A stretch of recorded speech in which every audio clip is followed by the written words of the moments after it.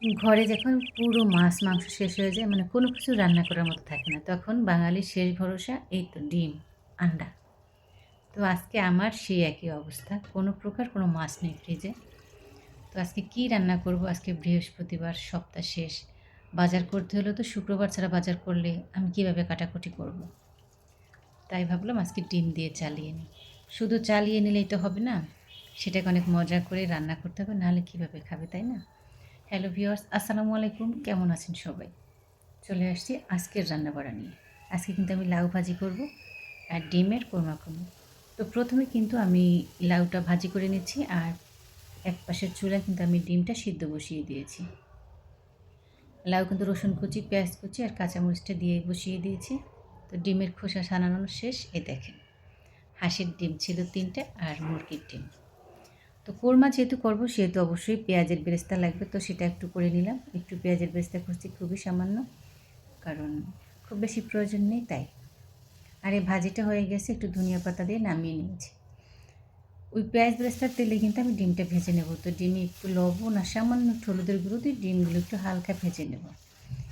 ডিমগুলোর গায়ে একটু ডিমের খোসা বা একটু চাকু দিয়ে কেটে কেটে নেবেন, তাহলে কিন্তু ভালো হবে।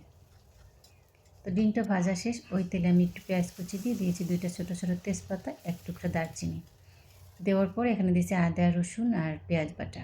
এখন দিলাম ধনিয়ার গুঁড়ো, জিরার গুঁড়ো, শুকনো মরিচের গুঁড়ো আর 1 চিমটি পরিমাণে হলুদের গুঁড়ো, জাস্ট একটু সামান্য কালারটা চেঞ্জ করার জন্যই, দেখেন।